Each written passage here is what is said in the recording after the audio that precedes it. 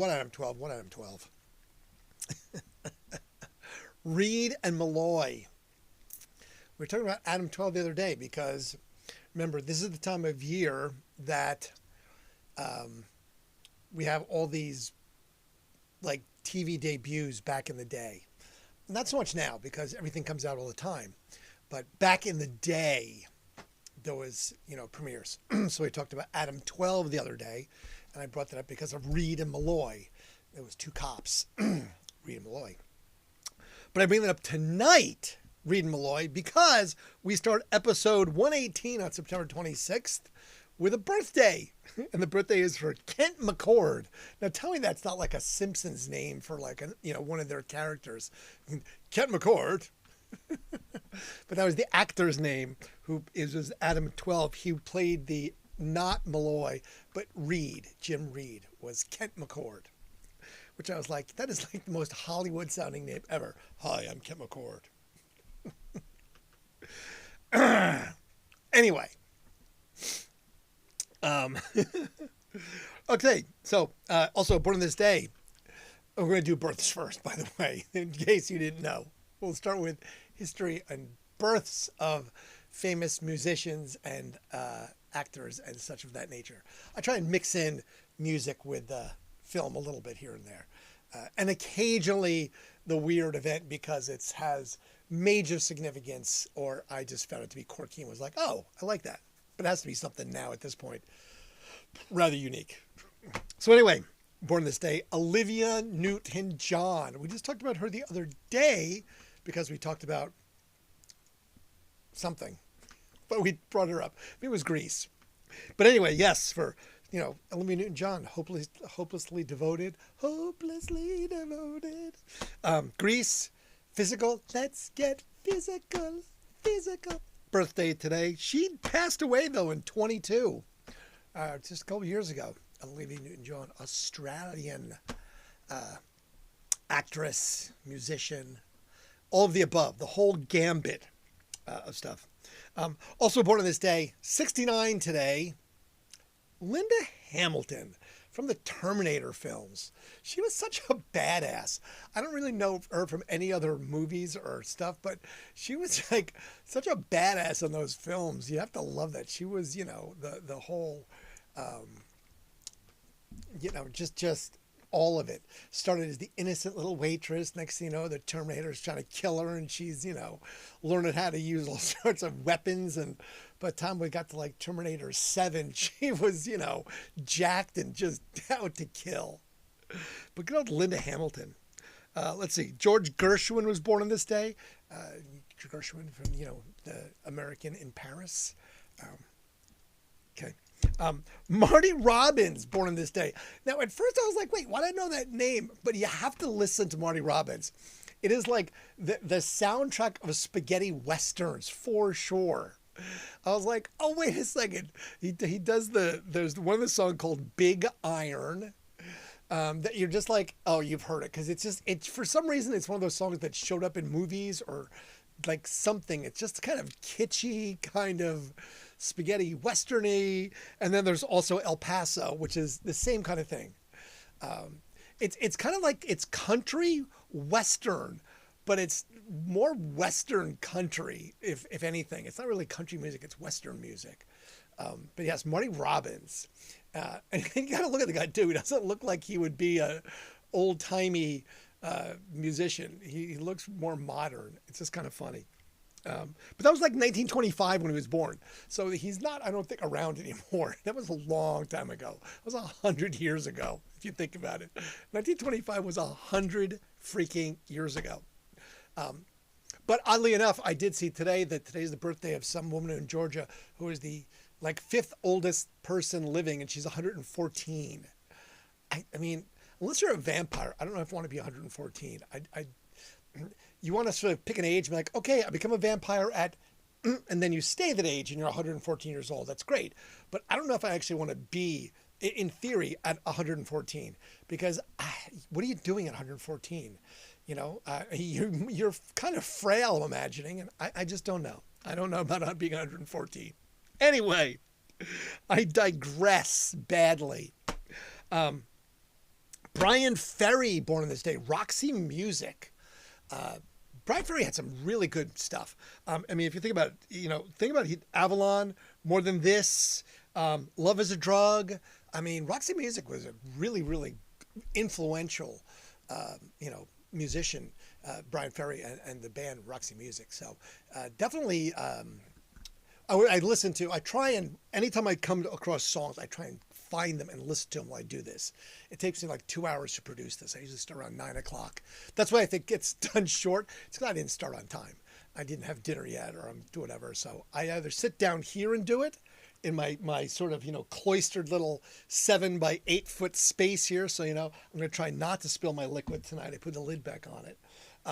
Or I do it, sitting at the kitchen table after a microwaved leftover something that I pull out of a freezer, and which was tonight, and sit there and write as I snack. So occasionally there's food on the thing as well. But anyway, but I had plenty of time tonight, so I got all the stuff in. But anyway, Brian Ferry, Roxy Music. Also born on this day is Shannon Hoon of Blind Melon. No Rain. Remember the song No Rain? Died. Shannon Hoon died also a while ago. Because that was a hit, I believe, like in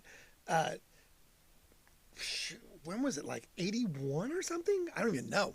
But we'll be dealing with him shortly, unfortunately, because his anniversary of his passing is also coming up in October, and I believe it was a little white line fever that took Mr. Hoon away from us. Don't do drugs, kids. Keep telling you, don't do drugs. Also on this day, now this is, again, didn't know Johnny Appleseed was a real dude. Like, there really was a guy named Johnny Appleseed. His real name was John Chapman, and he actually is the person who brought apple trees to Pennsylvania, Ohio, Ontario, Indiana, and Illinois. That's something like grew up like, Johnny Appleseed, blah, blah. It was actually a person. He really did that. Like, walked around and planted apples. I don't know. David Coverdale's the head of Deep Purple. I didn't know that. Also today on this day is the birth of Russian psychiatrist Ivan Pavlov. I was looking for a bell so I could be like, oh, I got the monkey. Where's my monkey at? Oh, I could do the bell monkey. Does that make anyone salivate? Have you been trained with Pavlov's dogs? And then Jack LaLanne. Jack LaLanne was like an exercise guru back in the day. I just remember Jack LaLanne because he always wore like a crazy jumpsuit. And he was just like, he was like, I think the first TV exercise guy, but he had like this giant upper body and he walked around like that and he had a crazy jumpsuit on always. I think it was like light blue. Stupid stuff to remember as the brain fires those little synapses. People that died on this day, Daniel Boone, also a real dude, Wild Frontier, Daniel Boone of the Wild Frontier kind of guy. He was a frontierman. He actually died. Levi Strauss. Now, okay, I thought Levi Strauss was like Levi and Strauss. It was like, two dudes. No, it was actually the guy's first and last name. He was actually Levi Strauss. Didn't know that either. That was one of those weird ones, like, you wear Levi Strauss blue jeans. Well, it was Levi Strauss, not like Joe Levi and Bobby Strauss. It was Levi Strauss. Didn't know. Now you know. Also died on this day, Paul Newman, actor Paul Newman, race car guy, movie aficionado, salad dressing. Or is that Robert Redford? I think Paul Newman. Paul Newman has salad dressing, doesn't he? One of those. I don't know. Anyway, all right, now on to the music stuff, the pages and pages of stuff. 1957, West Side Story opens in New York City. Come on, we all have to see West Side Story at some point when we were growing up. Or we started it when you were in high school. It was one of those plays that is perpetually, one of the high school plays that somebody has to do for some reason. You know, I don't know if you'd want to do Cats. It's like your high school play. Hey, let's all do Cats. And here's my butthole. No. Nobody wants to see that, you cat. 1969, Apple Records releases the 11th Beatles album, Abbey Road. It is the final album that the group records as a quartet. It was a chart topper in 11 countries. Here Comes the Sun and Something is Harrison's first A-side singles ever. And apparently it was unspoken, but the members all knew, the Beatles all knew that it was in fact going to probably be their last album. So they said, let's make sure we go out on a high note. Abbey Road released on this day, September the 26th, 1969. And then they were done. 1974, ex-Beatle at that time, John Lennon released his 5th album, Walls and Bridges. It's a #1 single. Whatever gets you through the night is all right, with Elton John. Also, #9, Dream. On that. Also, ex-Beatle, Paul McCartney, on this date in 1984, he's cleared of a paternity suit in Berlin, Germany.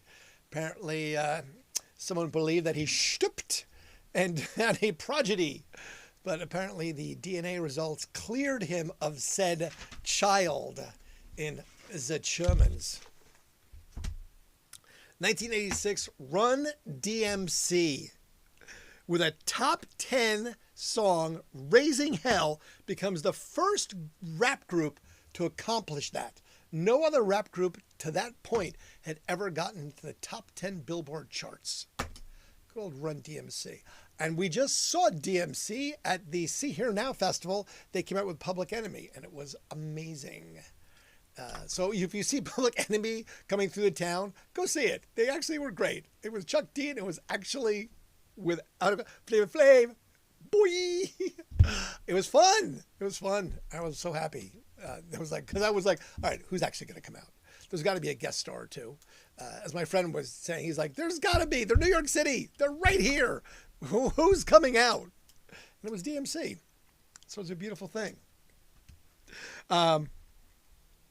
The Departed premiered on this date, and also got Best Picture of 2007. I just watched that the other night, literally like 3 or 4 nights ago. Happened to click and on. I was like, oh yeah, The Departed. You gotta love that. DiCaprio, Nicholson, Marky Mark, the Funky Bunch. Yeah, that's a good movie. Definitely, that's probably why I got Best Picture in 2007. The Departed. 1949, the Hollywood sign, the big sign that says Hollywood, construction began on the Hollywood sign, replacing the sign that was there that said Hollywood Land. I saw the picture, I was like, wait, what? Hollywood Land? It was a weird picture because the word land after it. As opposed to when somebody changed the big letters and said Hollyweed a couple of years ago, which I thought was even better. That was perfect. Okay, and then again, it's this time of year because it's late September, so TVs are premiering. In 64, Gilligan's Island premiered. In 68, Hawaii Five-0 premiered. In 69, The Brady Bunch premiered. And in 82, Knight Rider with the Hoth and Kit premiered. So, yeah, they keep finding these subsequent, premiere dates happening because, I guess, like I said, back in the 60s and the 70s, when TV was very scheduled and, series would come out for the fall sweeps, all the shows would premiere after they made it through their initial period of testing and everything else, that this would be the time that they would go ahead and hit the airways and you get them. So yes, so Gilligan's Island, Hawaii Five-0, The Brady Bunch, and Knight Rider all premiered on this day, September 26th, in the respective years of 64, 68, 69, and 82. I think there was a couple others in there, but I just skipped them because I didn't care. I was like, I don't know those, and I don't care about them. No reason to highlight something that I'm not caring about. And if you cared about it, well, you'd have to do the research yourself. Okay, now this one I found to be interesting. In 2016, YouTube-mp3.org was sued by Universal Music, Sony Music, Warner Music Group, and others. Apparently, YouTubeMP3.org, basically it was a organization to remove audio that was streamed on YouTube, like things. You could glean the music off of it. And apparently what the lawsuit stated is that this organization, ready for this one, I was like, whoa, that they illegally copied hundreds of thousands, if not hundreds of millions of tracks and distribute them by ripping them off of the streams of other songs and then distributing them without royalties. I was like, whoa. No wonder all these guys are up in arms, because they're like, we're getting our money taken. Which will bring us to something next, which happened 2 years previous. Segue. Should have changed the dates, but see, sequentially, I don't do it, because I just jump from year to year, decade to decade, because it's way too much work otherwise. I'm just looking through multiple different sites to try and find things that are interesting. But this one I should have done first, because Tom York, frontman of Radiohead, released his second solo Tomorrow's Modern Boxes. Okay? Now, he released it on the peer-to-peer platform BitTorrent. Okay? Similar to sort of like this, but basically saying that Spotify was not giving the royalties and the proper amount of money to artists, that they were basically ripping them off. They were giving them pennies on the dollar, while Spotify was getting rich and fat cats were just making all these bucks that the actual artists weren't getting squat. So he sold his second solo album on this peer-to-peer platform, BitTorrent, for $6. Okay? $6 for my whole album. In 6 days, he sold over 1 million copies. By February of 2015, he sold 4.5 million copies of his second album. $27 million. So, I don't know if he would have gotten that kind of money at 0.0028 cents per royalty charge. Think about those numbers. I didn't do the math how much that would be, but it's not a lot for 4.5 million. That's how that works. 2009, Jay-Z. 2008. Sorry, Matt Bellamy, Christopher Wolfsbone, and Dominic Hayward from Muse were awarded honorary doctorates of arts. They're all doctors now. Doctor, and doctor. From the University of Plymouth in London. I mean, anyone can get that, right? Honorary from the university. Honorary doctorate. I'm an honorary doctorate. I'm not. 2004, Green Day. Our friends Green Day. Had their first UK #1 with American Idiot. It was their 7th studio album, and it is considered to be a punk rock opera. And it is about Jesus of Suburbia. Jesus of Suburbia.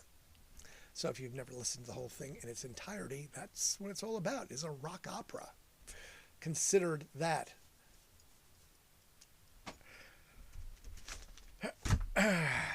Oops, let's not hit that button and turn it off. 2003, Robert Palmer, Addicted to Love, 1986, and went #1 in the U.S., and Simply Irresistible, unfortunately died of a heart attack in Paris, France. He also played with a bunch of other musicians from Duran in a band called Vinegar Something, but I was too bored to write down. 1996, speaking of bored, 1996, the police found in a Smarties candy tube drugs while raiding the home in London of Paula Yates and Michael Hutchinson of In Excess. They were on holiday in Australia at the time. Not sure what they were doing raiding the house in the first place that would make them find and seize drugs. I couldn't find that out. But we'll be talking about Michael Hutchinson before too long because I believe he died. The anniversary of his death will be coming up in the next month or so. I think it was late November, where he was found hanged in the Ritz-Carlton in Sydney, Australia. Contrary to rumors of autoerotic asphyxiation, it is said that he actually was depressed. A lot of drugs were found in his system, and he actually did hang himself.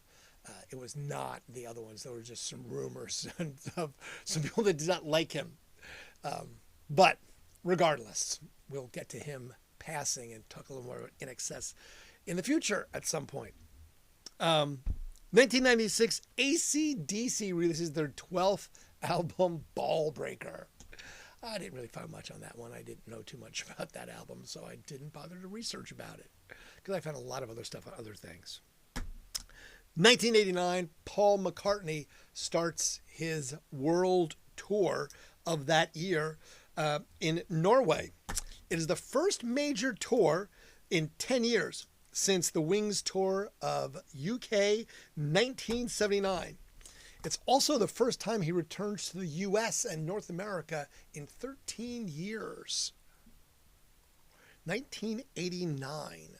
I believe I saw him play that show. It was in Cincinnati or Cleveland, one of the stadiums. I think that was the time that Andy Davis, Andy Man, spoke to him while he was in the car. He was in a limo driving. He did an interview with Andy very briefly while driving, and it was, I remember Andy was just giddy with that because he was talking to McCartney, which, why wouldn't you be?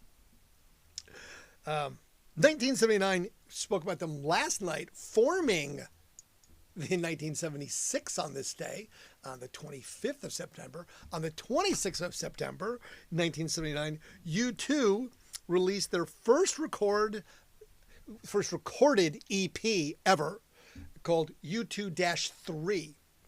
They only released 1,000 of them. They were hand numbered and individually numbered, each one, and they were only released in Ireland. So you had to be there to get it. I'm sure they have quite the value nowadays if you have one of these 1 to 1,000 numbered U2-3 EPs. I mean, be worth something, right? 1975, Rocky Horror Picture Show opens in Westwood, California. It tanked. It was an abysmal failure. It had starring a young Meatloaf, Susan Sarandon, and a young Tim Curry. It did not get critical acclaim. It did not have box office success. It absolutely tanked and was an outright failure. Before being shelved, it showed in some art houses and became a cult classic, known for its midnight showings where audience members brought all sorts of things to throw at the screen, including toast, water pistols, newspaper, and other such items. If you never got to go to the Rocky Horror Picture Show for that kind of ridiculousness, then you missed out, because it was very silly as the audience is singing everything, and it just was just wackadoodle craziness. Sorry, I have a finger in my eye. 1967, Pink Floyd performs for the first time in the U.S., first time ever live in the U.S. as well. They played tonight being the anniversary of the first of 3 shows at the Fillmore in San Francisco, California. Uh, I I went and saw Guns and Love. What did I see? Love and Rockets. I saw Love and Rockets play at the Fillmore in San Francisco uh, many years ago, and it was just you know phenomenal to be in that very historic theater. And I remember as you left, you got fruit. I guess that was a thing that happened. They would give you oranges because if you were stoned and you needed to come down from a bad trip or something, that's what you were taking LSD. You were supposed to eat like vitamin C and have oranges. So when you would leave a show there, they would give you oranges. I just always remember that. I was like, why are they giving me fruit? And then someone told me that. I was like, oh wow, that's a pretty interesting historical note that they still did that kind of thing. I don't think they do it anymore. I think that was a Billy Graham thing. Who knows? But that was I definitely remember that one. 1965, the band The Who.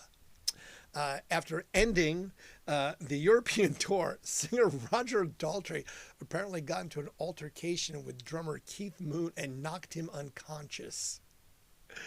He was sacked from the band that evening. They were playing a double show in Denmark that day, and apparently all 4 band members got into it.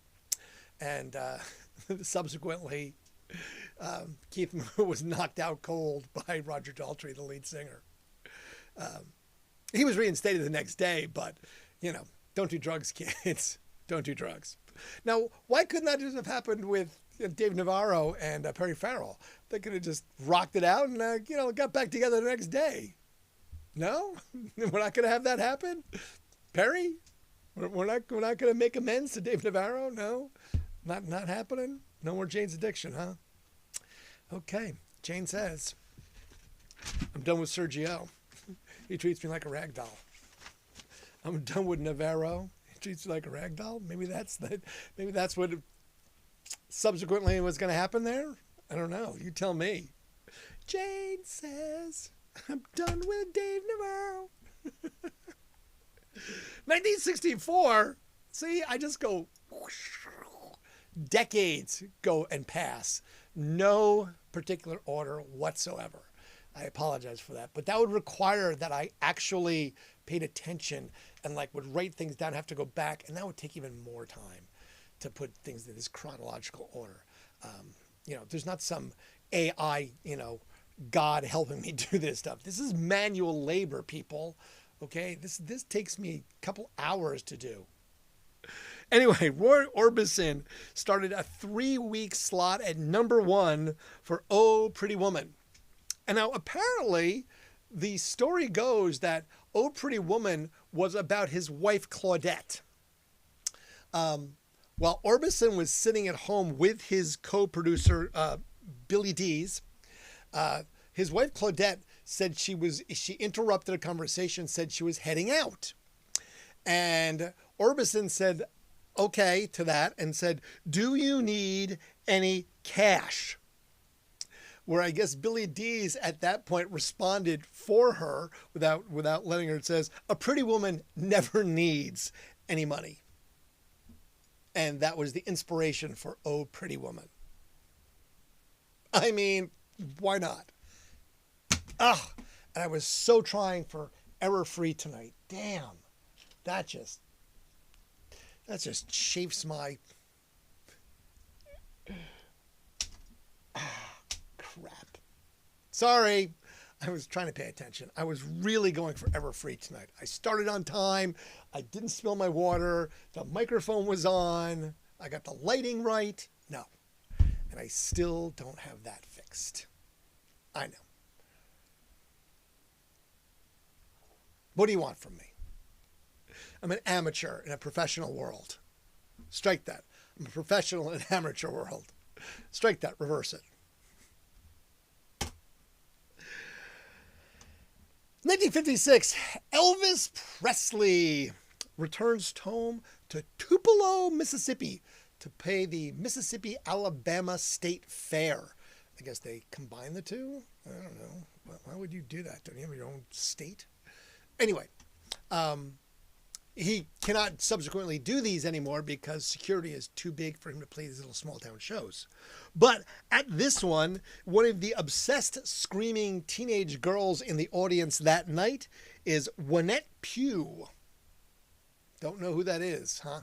Well, if you take the first name of Wynette and you put it to the last name with a new name of Tammy, you get Tammy Wynette, who became a very famous country western musician and followed after Elvis like a screaming, obsessed teenager that she was. 1984. See, look at that. It went from 56 to 84. Just decades passed. Our man Prince dropped the single Purple Rain on this day, September the 26th, 1984. Subsequently spawned from the album and film of the same name, Purple Rain. It was number 2 and stayed that way. It did not get to number 1. Why? Because it was beaten out by the band Wham, who had the number 1 spot with Wake Me Up When You Go Go. Really? I was like, no, Prince beaten by Wham. Wake me up before you go, go. No. I was like, damn it. I'd rather hear Purple Rain. But that's the way it goes. After his death, it was re-released and moved back up to the charts to number 4. Subsequently, they said that before his death, a couple things that happened. Prince in 2007 with Purple Rain, that was the last song he played at the Super Bowl, Purple Rain. They lit up the entire stadium purple, and it actually started raining, saying it was one of the most memorable, if not the best halftime shows in history. As well as it is now in the Grammy Hall of Fame as of 2011. Purple Rain also is listed as one of the, if not the most fan favorite of all Prince's songs. And again, who doesn't love Purple Rain? 1968, Leonard Cohen released the single Bird on a Wire.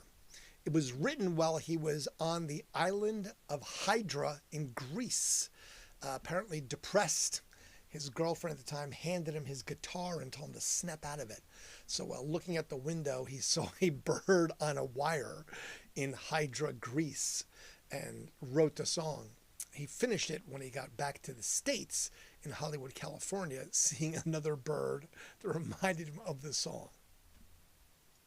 Bird on a Wire. When we used to play a travel game, that was one of the things you had to look for. Bird on a wire. Aren't there always birds on wires? You had to be in Hydra, Greece to do that? I don't know. 1977, Dolly Parton. Come on, I'm not a country fan, but Dolly transcends that. Here You Go Again single started her number 1 for 5 weeks. 1994, on this day, September the 26th, REM released their 9th LP, Monster, which was quite the departure from their previous 2 albums that had some nice hits on it. The title song of Monster was What's the Frequency, Kenneth, which debuted at number 1. They also had Bang and Blame, Strange Currency, and Tongue. And then they went on tour on this one. It was the first tour since 1989. I remember when we saw them for that show, I have a t-shirt that we used that had the similar logo to that, and I got a cease and desist letter from them. You always know you did good when you got a cease and desist letter from bands or from the Chicago Bulls when you use things in print or on t-shirts and they say, stop it. Yes, I in fact got a cease and desist. It's somewhere actually. I have the thing that it was that we made. It was a little patch, but yes, it looked like that. And they said, stop it. Bad. We'll sue you if you don't. I actually got an autographed guitar from that show when they played, I believe, Polaris. So I think I still have that one. I don't think that one was stolen with all the other shit. Maybe. I don't think so. I think that was up on the wall high. Apparently my burglars didn't know how to use ladders because there was 2 of them in the building. But they must have used something because they did get into the ceiling. Oh, the fire department came today. Sorry, I totally forgot that. Remember I told you the fire department was going to do an inspection today. I said no good will come of that. Well, here's what came of that. So the fire inspection guy was a fan. Like a huge fan of the radio station. He was practically in tears walking through the building. It was amazing. He was so like unhappy and upset for the station, for me and, all the people and everything. It was really kind of touching. I wanted to give him something, but he couldn't accept gifts. So I told him, I said, come back and check the garbage later. I'll put something in the dumpster for you. So I did put something in the dumpster. I'll see if it's gone tomorrow. It'll probably be gone tomorrow, but I don't know if he got it. But he was super nice. And yes, I passed inspection, which I was like, why are you inspecting this? The building's empty. There's no power. There's no electricity. The thing's ramshackle. But, and then odd coincidence, which I don't know if it was, the Columbus Bomb Squad called me of all things because we used to have the bomb squad let them use the building to train. Because that's what they need. They need, weird locations to train the canines for bomb sniffing. So they called and said, hey, can we still use your building? And I said, well, it's closed and this and this and this. So shortly after the inspection this morning, a different fire department person who I've known for quite some years now, because we used to do this all the time when the station was intact, because all the people love the dogs. I mean, everyone was like, I don't care about your name. What's your dog's name? That kind of thing. But the bomb squad, he came in and he looked through and goes, oh, this is great. He goes, it's even better that it's, there's stuff everywhere. It makes it harder for the dogs. And that's what we want them to do, is have to struggle. I was like, perfect. So I'm going to have the Columbus canine bomb squad, bomb sniffing dogs, come and train in the building at some point next week. So I'll see what I can film of it and maybe make something out of it from that. Because that was always fun. It was always nice to do my civic duty. They're keeping us safe from, ne'er-do-wells that are trying to disrupt our society. So they're just sniffing out for the bombs. So, yes. So, yeah. As opposed to thinking like, oh, this is going to be a bad thing. It turned into a good thing. Got to meet a fan and got the inspection done, and then got to reconnect with the people from the Columbus Bomb Squad, and I will get them to do a tour of the building with their dogs to sniff hidden dangers so that they can train for possible hidden dangers in the future. So that was the thing from REM, that diversion, because the next thing I would talk about is Massive Attack. Didn't put the timing in there on purpose. I just didn't. The band Massive Attack, to this day in 1994, released their second LP, Massive Attack is Protection. It was also listed as one of the 1001 LPs you must listen to before you die. And subsequently, a couple of other people gave it lots of great accolades for being a great album. 1981, Genesis is number 1 in the UK with their 11th studio album, Abacab. It's the band's first top 10 in the US. Now, that was 11 albums before they had a top 10 in the US. Didn't realize that. Took them a while to break through here.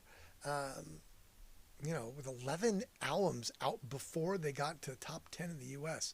Apparently they were doing okay in the UK, but just did not translate across the pond very well, Mr. Phil Collins. Don't ask me. They did do better eventually. 1998, Manic Street Preachers. Tongue twister there. Manic Street Preachers. Starts a 3-week number 1 in the UK with their 5th album, This is my truth. Tell me yours. And lastly, we already talked about the band becoming doctors from the University of Plymouth in London.